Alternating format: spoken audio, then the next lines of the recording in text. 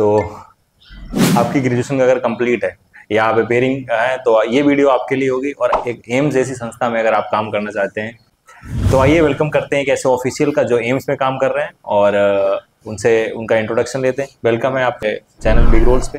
थोड़ा आप अपना इंट्रो दीजिए बच्चों को। नमस्कार, मेरा नाम सूरज कुमार है। मैं as a store keeper cum clerk कार्यरत हूँ एम्स पटना में। मुझे यहाँ काम करते हुए लगभग 1 साल हो गए हैं। और बात करें मेरे पढ़ाई का तो मैंने 10वीं और 12वीं की पढ़ाई। और वैसे आप हैं कहाँ से? मैं प्रॉपर पटना का ही रहने वाला हूँ। बचपन से पढ़ाई मेरी यहीं हुई है, 10वीं 12वीं की पढ़ाई। और उसके बाद ग्रेजुएशन करने के लिए मैं मध्य प्रदेश चला गया था, जहाँ से मैंने मैकेनिकल इंजीनियरिंग में बीटेक किया है। तो आपने ग्रेजुएशन अपनी वहीं से करी है, मध्य प्रदेश से करी है? जी हाँ। तो स्टार्टिंग की स्कूलिंग कहाँ से हुई आपकी? स्टार्टिंग की पढ़ाई मेरी यहाँ से पटना से ही हुई है। 10वीं की पढ़ाई और 12वीं की पढ़ाई दोनों पटना से ही की है मैंने। सीबीएसई बोर्ड से? जी हाँ, सीबीएसई बोर्ड से। 10वीं और 12वीं दोनों सीबीएसई बोर्ड से।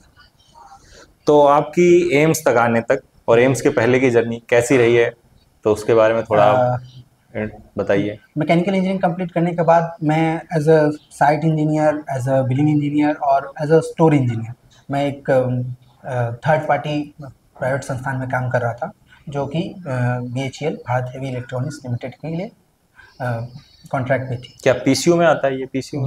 जी हाँ, BHEL एक PCU। तो आपने सोच रखा था कि ये एम्स में काम करेंगे? ऐसा कब आइडिया आया था कि आप एम्स में? ऐसा कोई निर्धारित लक्ष्य नहीं था कि एम्स में ही ज्वाइन करना है। वो तो ऐसा कहिए कि इसके बारे में मुझे पता चला और उस वक्त जो मेरी क्वालिफिकेशंस थी यहाँ मैच कर रही थी, तो मैं यहाँ ज्वाइन कर लिया। तो वैसे एम्स में एसकेसी का रोल क्या होता है? बात की जाए एसकेसी रोल की, तो एज अ एसकेसी ही नहीं, किसी भी पद पे आप यहाँ एम्स में हैं तो वो आपसे थोड़ा डायनामिक वर्क मांगता है। डायनामिक वर्क मांगता है, क्योंकि ऐसा नहीं है कि आपको as a clerk, as a store keeper, मतलब हालांकि हमारा पोस्ट का नाम ही है स्टोर कीपर कम क्लर्क, वो अपने आप में एक डायनामिक है। लेकिन ऐसा कोई फिक्स नहीं है कि आप एज ए सिर्फ क्लर्क ही काम करेंगे या एज ए स्टोर कीपर काम करेंगे। हमारा डायनामिक। तो एक चीज़ और बताइए कि जैसे कि इसका क्या एलिजिबिलिटी क्या है इसकी? इंटर पास होना चाहिए या ग्रेजुएशन होनी चाहिए? जब हमारा जिस वैकेंसी में हम लोग ज्वाइन किए हैं उस वक्त जो एलिजिबिलिटी थी वो ये थे कि हमारे पास ग्रेजुएशन होना चाहिए, किसी भी फील्ड में ग्रेजुएशन होना चाहिए, और साथ में 1 साल का अनुभव होना चाहिए स्टोर हैंडलिंग में। स्टोर हैंडलिंग, क्योंकि ये स्टोर प्रॉपर अगर देखा जाए तो ये स्टोर कैडर का जॉब प्रोफाइल है, तो उसमें 1 साल का एज एक्सपीरियंस होना चाहिए। तो इसमें प्रमोशनल क्या रहता है? प्रमोशनल फैसिलिटीज क्या है? जैसे बात की जाए, जैसे जो पुराने एम्स हैं, जो जैसे एम्स दिल्ली की बात करें तो वहाँ पे प्रॉपर स्टोर कैडर है, तो वहाँ पे प्रमोशंस अच्छे हैं। जो नए वाले एम्स हैं उसमें थोड़ा कैडर रिव्यू होना बाकी है। तो बात की जाए मतलब हाईएस्ट की तो लेवल 9 तक प्रमोशन। लेवल 9 तक आपका सेकेंड प्रमोशन अभी कब कितना जाएगा?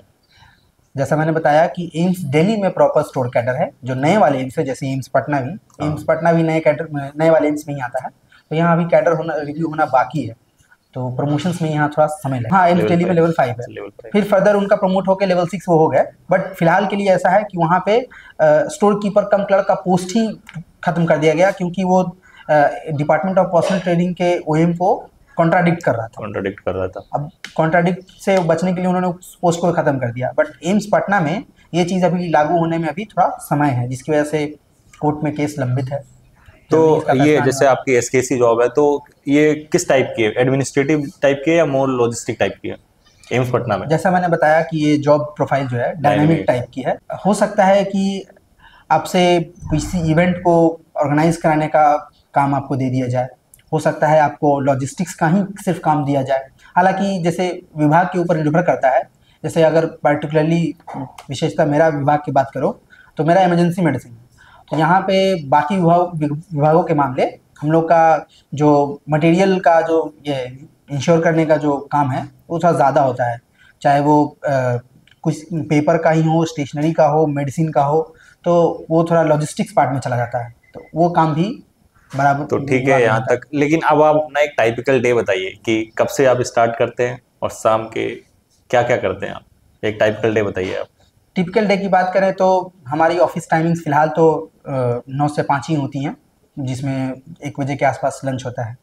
और अगर देखा जाए तो अभी जैसे जो मेरा विभाग है उसमें एकेडमिक एक्टिविटीज़ भी होती हैं।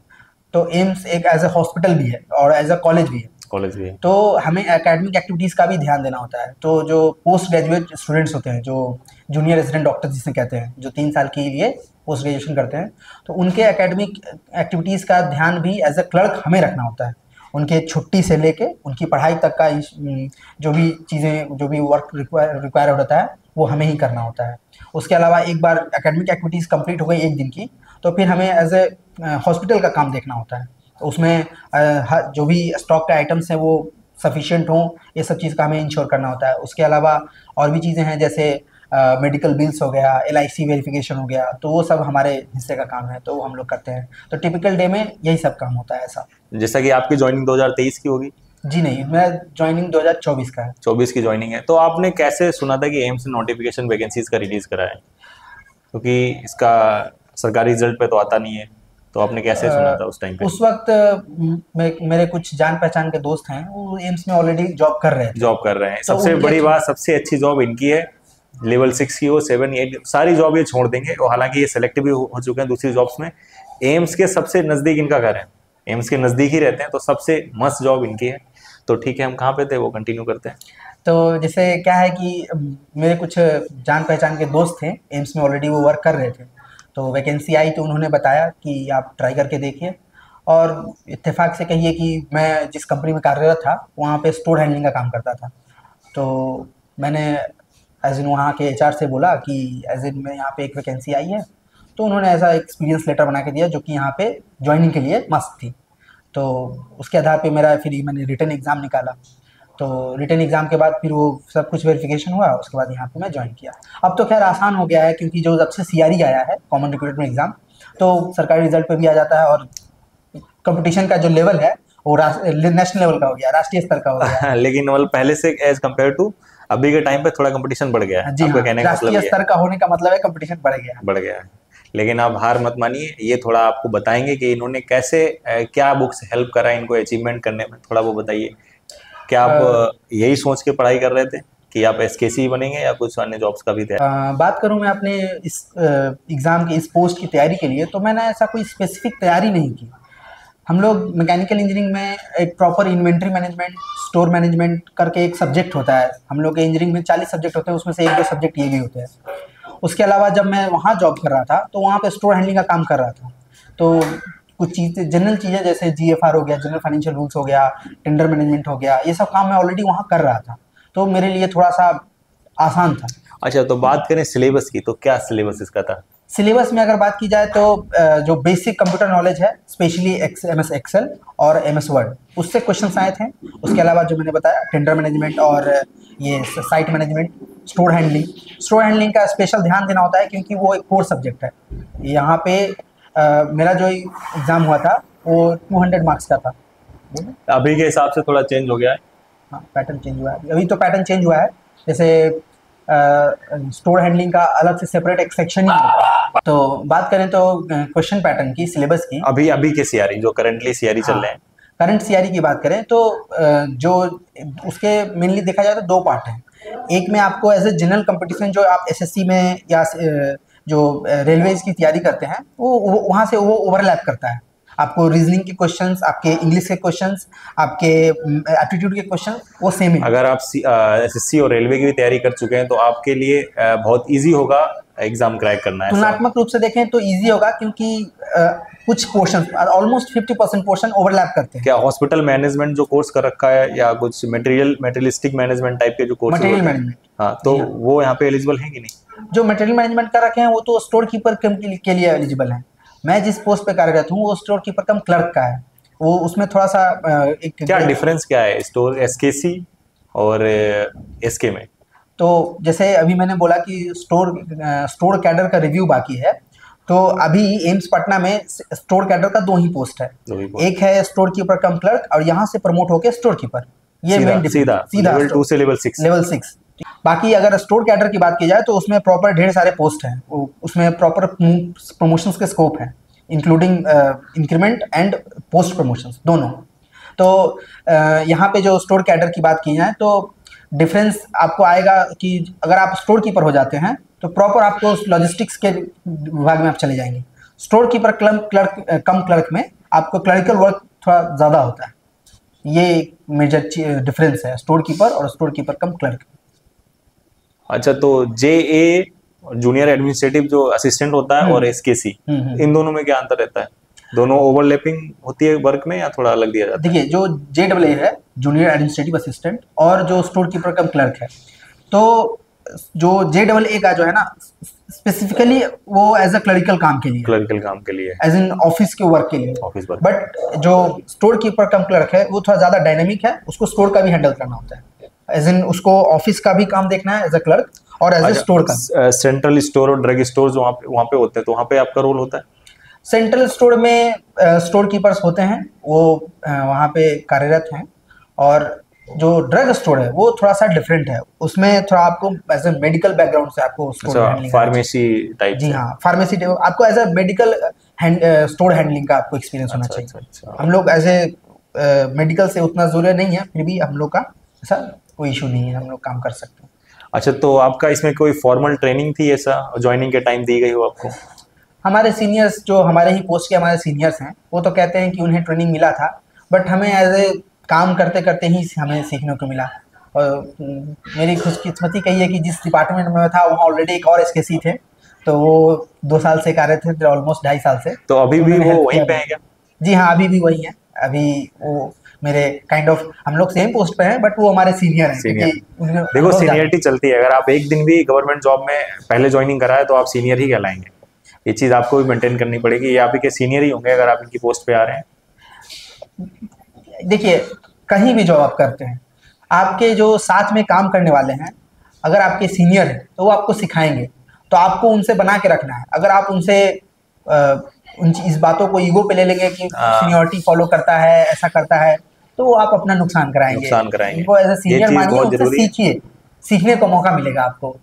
ये चीज तो अच्छी किसी भी जॉब सभी चाहते हैं स्टूडेंट्स, उनका मोटिवेशन यही होता है आधे बच्चों का कि सैलरी क्या होती है। इसमें सैलरी की बात की जाए तो अभी जैसा मैंने बताया कि यहाँ पे स्टोर कैडर का रिव्यू पेंडिंग है, बट फिलहाल के लिए ऐसा है कि जो CTC होती है, जो प्राइवेट कंपनी में जो फॉलो करते हैं CTC, यहाँ पे पर मंथ का CTC जो जाता है वो ग्रॉस के पास 45 के आसपास जा रहा होगा। ग्रॉस जी नहीं, लगभग 47 के आसपास है। अच्छा, ग्रॉस 47 के आसपास। अभी क्या है ये नहीं, मैंने न्यू ज्वाइनिंग का बताया, ये पुराने हो चुके हैं तो इनका बढ़ गया। नहीं ऐसा नहीं। मतलब अगर मैं प्रॉपर सैलरी स्ट्रक्चर की बात करूं तो हमारा जो स्टोर कीपर कम क्लर्क का वो जितने भी जो HRA TA DA जो भी हैं, सब मिला जुला के 47 तक का पर मंथ का बनता है। तो ये भी बहुत अच्छा अमाउंट है। जो नया वाला DA एप्लीकेबल हुआ है उसके बाद। तो ये क्या लगता है, बार बार कभी 3% बढ़ाया जाता है, कभी 2% बढ़ाया जाता है DA, ये एम्स करता है अपनी तरफ से या गवर्नमेंट ऊपर से आता है ऐसा?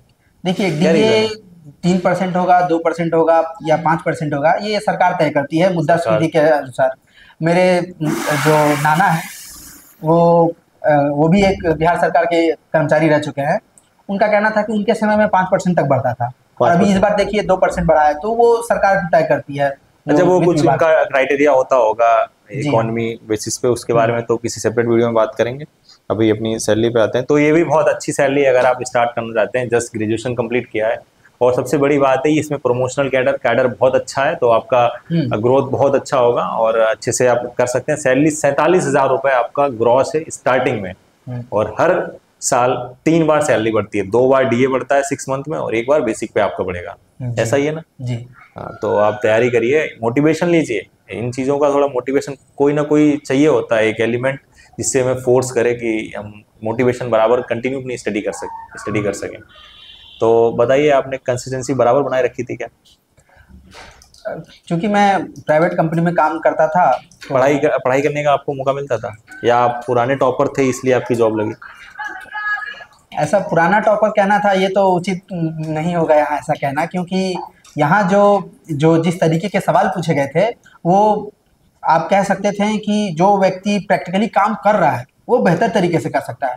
तो मैं कहूँगा कि अगर आपको ऐसा कहीं मतलब जॉब लगता है एज ए स्टोर हैंडलिंग का, तो उसको आप करिए, क्योंकि वहाँ से जो आपको अनुभव मिलेगा ना, उस अनुभव के आधार पे आपके लिए क्वेश्चंस आसान लगने लगेंगे। साथ में पढ़ाई कीजिए। मुझे पढ़ाई का ज़्यादा नहीं, 1 घंटा ही मिलता था, उतना ही पर्याप्त था यहाँ पे। किस टाइप के स्टोर का काम कर सकते हैं, जैसे कि जनरल स्टोर जो होते हैं नॉर्मली, वहाँ पे कर सकते हैं क्या, रजिस्टर्ड हो जिनका?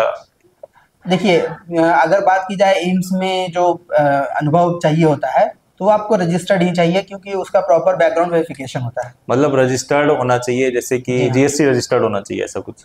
जीएसटी रजिस्टर्ड होना चाहिए। उसका थोड़ा थोड़ा बड़े लेवल का होगा तो आपको काम सीखने को मिलेगा। सीखने को मिलेगा, मेन चीज है आप काम सीखिएगा, प्रैक्टिकल। कोई आपको प्रेशर, जब से जॉब में आए, प्रेशर लगा है आगे की पढ़ाई करने में, ऐसा कुछ फील हुआ कभी? बात की जाए या एंजॉय कर रहे हैं आप? देखिए, आप रियल बता दीजिए कि आप एंजॉय कर रहे हैं, कैसा आपको लग रहा है? देखिए, मेरा जो नौकरी है बिल्कुल घर के पास है, तो ऐसा नहीं है कि ऑफिस में प्रेशर नहीं होता है। आप किसी भी विभाग में चले जाइए, हर जगह प्रेशर होता है, लेकिन आप उसको किस नज़रिए से देखते हैं ये आपके ऊपर निर्भर करता है। तो ऐसा नहीं, प्रेशर नहीं है, प्रेशर है, लेकिन उसको एंजॉय करता हूँ, उसका चैलेंज लेता हूँ मैं। इनकी नौकरी राजा की नौकरी है, क्योंकि ये जैसे ये एम से बाहर निकलेंगे इनका घर है। इतना भी नजदीक नहीं है, नहीं, 2 उसको किलोमीटर इतना है, ही बट नजदीक ऐसा कह मानेंगे। सकते हैं कि हाँ, एम्स के पास ही है बिल्कुल। कोई लाभकारी ऐसी होगी। चीज जो आपको लगता था सरकारी नौकरी लगने से पहले, आपको लगता था कि ऐसा होगा, और जब जॉब में आ गए तो कुछ ऐसा है कुछ बताने के लिए?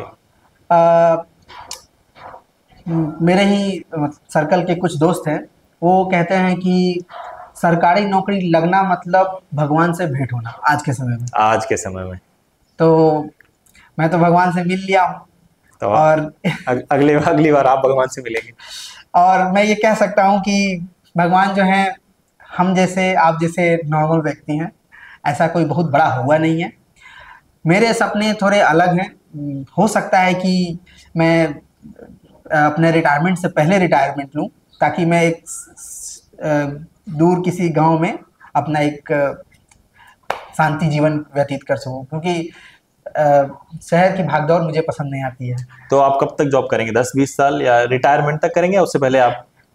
देखिए, अगर ऐसा स्पेसिफिकली पूछ रहे हैं, तो इस बार शायद एक सर्कुलर आया था, जिसमें शायद अगर आपकी नौकरी 20 साल की हो चुकी है, तब आप पेंशन के लिए एलिजिबल है। अच्छा, तो एटलीस्ट 20 साल तो करना ही पड़ेगा। अच्छा, हाँ, कुछ आया था 10,000 मंथली आपको बन जाएगा। हाँ, तो उतना तो करना पड़ेगा। जैसा इन्होंने बताया कि इनको शांत लाइफ स्टाइल ज़्यादा पसंद है, वैसा मुझे भी पसंद है, लेकिन अभी तो थोड़ा बैंक बैलेंस थोड़ा बनाना पड़ेगा सेल्फ डिपेंडेंट होने के लिए। तो हालांकि पैसा आपको आएगा, अच्छा खासा पैसा आएगा, आप एंजॉय करेंगे। जॉब भी करते हैं क्या आप? जॉब के साथ पढ़ाई कर सकते हैं क्या? जॉब के साथ बिल्कुल पढ़ाई कर सकते हैं। अभी जैसे देखिए, मेरा 9 से 5 मेरा ऑफिस आवर्स है। अगर मेरे को सुबह 9 बजे ऑफिस पहुंचना है, तो मैं 7:30 बजे भी उठता हूं, तो मेरा काम हो जाता है। तो अगर मैं निकालूं तो सुबह में भी 2 घंटा का समय निकाल सकता हूं पढ़ाई करने के लिए, और शाम में 5 बजे मेरी छुट्टी हो जाती है। तो शाम के जो भी 6 बजे 7 बजे तक मैं फ्री हो जाता हूँ, तो रात में भी आराम से 2 घंटा में। तो एम्स में काम करते हुए अगर पढ़ाई या किसी और परीक्षा की आपको तैयारी करना है, तो मैं बताना चाहूँगा कि एम्स का जो वर्क आवर्स है, आपको इतना फ्लेक्सिबिलिटी देता है कि आप सुबह में भी और शाम में भी पढ़ने का समय निकाल सकते हैं। यहाँ तक कि आपको इस तरीके से भी मदद मिलेगी कि एम्स का खुद का अपना लाइब्रेरी है। आप अपना लाइब्रेरी कार्ड बनवा लीजिए, और वहाँ पे आपको 24 घंटा, वो ऑलमोस्ट 24 घंटा वो ओपन रहता है। जब आपको समय मिले, आप अलग से आपको लाइब्रेरी ज्वाइन करने की ज़रूरत नहीं है। वहाँ शांति है, वहाँ इंटरनेट कनेक्शन है, वहाँ पे प्रॉपर तापमान है, जहाँ पे आप एक सही जगह पे पढ़ाई कर सकते हैं, और अपने किसी भी आने वाले एग्ज़ाम के लिए, या अपना प्रोफाइल चेंज करना चाहते हैं, आप किसी भी फील्ड में जाना चाहते हैं। जैसे मैं इंजीनियर हूँ, तो मैं तैयारी भी करता हूँ, पढ़ाई करता हूँ। तो मैं जेई की तैयारी कर रहा हूँ ऑलरेडी। तो लाइब्रेरी जाता हूँ शाम में, एम्स की लाइब्रेरी में ही पढ़ाई करता हूँ। मुझे और कहीं जाने की ज़रूरत नहीं पड़ती। अच्छा, जैसे जो बच्चे बाहर के हैं, सोचते हैं कि एम्स पटना जाएंगे 500 किलोमीटर का, तो उनको गवर्नमेंट क्वार्टर मिलता है क्या यहाँ पे? थोड़ा उसके बारे में बताइए। गवर्नमेंट क्वार्टर की बात की जाए तो देखिए, वो उपलब्धता के ऊपर निर्भर करता है। अगर क्वार्टर खाली होगा तो मिल जाएगा, और अगर क्वार्टर खाली नहीं होगा तो आपको एचआरए दे दिया जाएगा। और उनके जो भी एम्प्लॉयज़ हैं कि इस व्यक्ति को कुछ सख्त ज़्यादा ज़रूरत है, तो उस केस में वो लोग दिलवा देते हैं। अभी जैसे एक है कि मैं एक व्यक्ति को जानता हूँ, उनकी आर्थिक स्थिति और उनके परिवार की स्थिति उतनी अच्छी नहीं थी, तो उनको थोड़ा प्रायोरिटी बेसिस पे एम्स क्वार्टर दिया गया है। तो ठीक है, अगर मेरे से ज़्यादा कोई ज़रूरतमंद है मुझे कोई समस्या नहीं है, वो वाली बात हो जाती है। और यहाँ पे क्राइटेरिया रखा है एम्स ने, हमारे एम्स ने, कि आप जितनी सीनियरिटी आपकी है आपको प्रेफरेंस मिलेगी। तो 4 बंदों ने अप्लाई करा, तो फिर उसमें से कैसे किसको सिलेक्ट करेंगे? फिर सीनियोरिटी देखी अच्छा, जाएगी। वही सीनियरिटी पे आ जाती है बात। सीनियोरिटी भी सेम है, तो फिर आपको जो ज्यादा एज नीडी है, दूर मोटिवेट करता था गवर्नमेंट जॉब लेने के लिए, क्या ऐसा फैक्टर था जो आप बराबर कंटिन्यू पढ़ाई करते रहे? क्योंकि मैं एक बिहारी बालक हूँ, तो यहाँ पे तो जानते होंगे यूपी और बिहार में। और एक डायलॉग तो आपने सुना होगा, जैसे कि एक बिहारी 100 पे भारी, ऐसा कुछ सीन है। ऐसा कोई स्पेसिफिक सीन नहीं है, बट बिहार और यूपी में सरकारी नौकरी की थोड़ी क्रेज ज़्यादा है, तो एक मोटिवेशनल फैक्टर होता है, क्योंकि यहाँ की राजनीतिक व्यवस्था जो है बहुत ही अस्थिर है, और लोग स्थिरता पसंद करते हैं अपने जीवन में। स्टेबिलिटी चाहिए, और गवर्नमेंट जॉब से बेहतर गवर्नमेंट जॉब में नहीं जो है। स्टेबिलिटी मिलती है उसी के पीछे लोग लालायित होते हैं, और उसी के पीछे वही मोटिवेटिंग फैक्टर होता है उसे उसके नौकरी की तैयारी के पीछे। अच्छा, आप एक मैसेज दे दीजिए जो बच्चे प्रिपेयर कर रहे हैं, जो आपके जूनियर्स हैं, आने वाले हैं, और जिन्होंने अभी सीआरई दिया है, रिजल्ट का वेट कर रहे हैं, क्या आप उनको लाइन कुछ बताना चाहते हैं? सबसे इम्पोर्टेंट चीज स्टूडेंट लाइफ के लिए। स्टूडेंट लाइफ के लिए as a take home message अगर मैं अपने जीवन से देना चाहूँगा, तो यही कहूँगा कि आप मेहनत में पीछे मत रहिए, आप मेहनत कीजिए, आपको फल मिलेगा। क्योंकि जैसे अगर मैं अपनी एग्जांपल से अगर मैं बात करूँ, तो मैंने अपने इंजीनियरिंग के टाइम 2016 से 2020 तक, कोरोना के पहले तक बहुत मेहनत की, बहुत, लेकिन ऐसा कोई खास फल नहीं मिला मेरे को। मैं एक साधारण सी प्राइवेट नौकरी ही कर रहा था, और उसकी भी सैलरी कोई खास नहीं थी, लेकिन उसका फल मुझे 2024 में मिला। देर से मिला, लेकिन मिला। तो मेहनत करने से पीछे मत हटिएगा, कंसिस्टेंसी बराबर बनाए रखिए। हाँ। ब्रेक मत करिए, भले ही थोड़ा पढ़िए लेकिन बराबर पढ़िए। जी हाँ। तो एम्स में आने के बाद आपकी लाइफ वाकई में चेंज हुई, क्या आपको लगता है ऐसा? बिल्कुल, मैं बिल्कुल कहूँगा कि ये एम्स में आने के बाद मेरी लाइफ चेंज हुई है, क्योंकि ये केंद्र सरकार से ministry of health and family welfare के अंदर आता है, भारत सरकार के अंदर आता है। तो लोगों का मेरे प्रति नज़रिया बदल गया है, क्योंकि उनको ऐसा मानना है कि इससे कोई फ़र्क नहीं पड़ता कि मैं किस लेवल पे हूँ। उनको ये दिखता है कि एक भारत सरकार का कर्मचारी। तो इमेज, नो डाउट इमेज में बहुत सुधार होती है। लोगों को लगता है कि हाँ, इस व्यक्ति ने अपने जीवन में कुछ अचीव किया है। लेकिन इसका ये मतलब नहीं है कि मुझे यहाँ रुकना है, मुझे और आगे बेहतर की तलाश है। एम्स पटना में ही रहूँगा मैं, और बेहतर की तलाश है, क्योंकि मेरी जो प्रोफाइल है वो मुझे अलाउ करती है ये सब तैयारी करने के लिए। तो थोड़ा आपके बारे में पर्सनल में जानते हैं। आपको टी पसंद है या कॉफ़ी? मुझे टी पसंद है। टी पसंद है, तो आप कैंटीन की टी पीते हैं या नहीं पीते हैं? कैंटीन की भी टी पी लेते हैं, बाहर के टपरी की भी टी पी लेते हैं। अच्छा, देखिए, अगर आप एम्स पटना में आ रहे हैं, तो हमारी एम्स पटना का कैंटीन का खाना खाया है आपने? मैं वहीं अभी खाना खाता हूँ, एम्स पटना की कैंटीन में ही खाना खाता हूँ। तो देखिए, जैसे मैं भी एम्स पटना की कैंटीन में ही खाना खाता हूँ, खाना एक नंबर मिलेगा आपको, हालांकि बहुत अच्छा खाना है। सामने एम्स के गेट नंबर पे, जैसा इन्होंने बताया कि टपरी की चाय सामने पी सकते हैं। एम्स कैंटीन में 5 बजे स्नैक्स मिलता है आपको, 4 बार मिलता है खाना आपको। एक बार सुबह लंच मिलता है, सुबह ब्रेकफास्ट मिलता है, और दोपहर में 1 बजे लंच मिलता है। शाम को 5 बजे स्नैक्स होता है, और शाम को डिनर होता है 8 बजे। तो इसकी टेंशन मत लीजिएगा कि आप बाहर से आ रहे हैं, तो आपको खाना बहुत अच्छा मिलेगा। इसमें एक पॉइंट मैं ऐड करना चाहूँगा कि एम्स कैंटीन का खाना अच्छा होने का एक कारण ये भी है, क्योंकि यहाँ एम्स में जो MBBS के स्टूडेंट्स हैं वो तो हैं ही, जो PG स्टूडेंट्स हैं वो भी हैं। इनका खाना उस स्तर का होता है कि इतना पौष्टिक होता है कि आप बीमार नहीं पड़ेंगे, आप तंदुरुस्त रहेंगे। कभी इसमें नाइट शिफ्ट करनी पड़ती है क्या कभी? हमारा जो स्टोर कैडर की बात करें, तो नाइट शिफ्ट हमें उसके लिए कभी ऐसा ऑफिस ऑर्डर तो नहीं आया है किसी भी शिफ्ट में। और अभी एक दिल्ली ने नोटिफिकेशन रिलीज करा है कि ट्रांसफर पॉलिसी का, वो थोड़ा आपको आइडिया है क्या उसके बारे में? ट्रांसफर पॉलिसी का अभी जो आया था वो पेशेंट ट्रांसफर पॉलिसी का था। अच्छा। कि मान के चलिए कि एम्स पटना में वो इलाज संभव नहीं है, या फिर जो पेशेंट है वो चाहता है कि मेरा एम्स में दिल्ली में ही इलाज हो, तो इंटर एम्स ट्रांसफर पेशेंट के लिए था। मतलब हम जिनका कार्ड बना है, जो गवर्नमेंट एम्प्लॉइज है या पेशेंट का? नहीं, सभी के लिए, जो कर्मचारी है उनके लिए भी, जो आम जनता है उनके लिए। और छुट्टी का क्या रहता है? घूमने का टाइम मिलता है? अगर आप कहीं टूर पे, पिकनिक पे कहीं जाना चाहते हैं, तो छुट्टी देते हैं एम्स वाले कि नहीं? देखिए, ये फिर से विभाग के ऊपर निर्भर करता है। अगर आप अपने विभाग में अकेले हैं तो छुट्टी मिलना मुश्किल है, बट मेरा किस्मत अच्छा था, जिस विभाग में गया वो ऑलरेडी वहाँ एक सीनियर थे, तो जब वो छुट्टी पे जाते हैं तो मैं ऑफिस का काम संभाल लेता हूँ, और मैं छुट्टी पे जाता हूँ तो वो संभाल लेते हैं। मतलब एक अल्टरनेटिव स्टाफ का साइन चाहिए होता है। लेकिन इस साल जनवरी में भी मैं लगभग 5-6 दिन का ट्रिप पे घूमने गया था। जॉब के बाद आप कहाँ दूर तक गए हैं? मैं एम्स में कार्यरत रहते हुए जनवरी में, उस वक्त आपको सबको पता होगा महाकुंभ चल रहा था, मैं कुंभ स्नान करने गया था। फरवरी में भी मैं विंध्याचल घूमने गया था। मार्च में मैं जगन्नाथपुरी घूमने गया था। अभी अप्रैल में मैं लद्दाख घूमने गया था। ये सब जॉब करते हुए मैं घूमने आप गया। सोच लीजिए कि जॉब के बाद टाइम आपको भरपूर मिलेगा, छुट्टी मिल जाएंगी, अच्छी खासी छुट्टी मिलती है। हालांकि मेरे छोड़ी तो छुट्टी मिल जाती है मुझे आराम से, आपको भी छुट्टी मिल जाएगी, ऐसा कोई टेंशन वाली बात नहीं है। तैयारी कीजिए, हार मत मानिए, क्योंकि ये एग्ज़ाम नहीं निकलेगा तो अगला एग्ज़ाम निकलेगा। तैयारी आपकी वेस्ट नहीं जाएगी। हो सकता है ये एग्ज़ाम ना अगला एग्ज़ाम निकले, या आपने जो पढ़ाई की है वो आपको हमेशा काम आएगा। बस इतना। अच्छा, एक मिथ बता दीजिए गवर्नमेंट जॉब का। जी। एक मिथ बता दीजिए जो बाहर बहुत फैला है और अंदर आके वो चीज़ नहीं है, कोई है ऐसा मिथ? वही जो मैंने अभी कुछ देर पहले बोला था कि सरकारी नौकरी लगना मतलब भगवान से भेंट होना। ऐसा कुछ नहीं है। अगर आपके सपने बड़े हैं तो आपको ऐसा प्रतीत होगा कि ये सरकारी नौकरी मेरे को बांध के रखा हुआ है। तो हालांकि सरकारी नौकरी के साथ साथ आप बिजनेस डाल सकते हैं, क्योंकि आपको एक अच्छा इनपुट मिलता रहता है पैसा डालने का, बिना किसी प्रेशर के। जी हाँ, एक आप जीवन में एक आय का स्रोत, एक स्टेबल जो स्थिर आय का स्रोत बन जाता है, तो आप बिजनेस आप शुरू कर सकते हैं। बस ध्यान इस बात का रखिएगा कि आप जिस फील्ड में हैं उससे रिलेटेड बिजनेस आप नहीं कर सकते हैं। सरकार इसके लिए मना करती है। सरकारी नियमों के आप विपरीत चले जाएंगे तो वो चीज़ सही नहीं है। चलिए इस बारे में भी थोड़ा चर्चा कर लेते हैं। सीआरई का पोस्ट प्रेफरेंसेस भर गया है, तो क्या क्या लगता है कब तक उसका रिजल्ट आ जाएगा?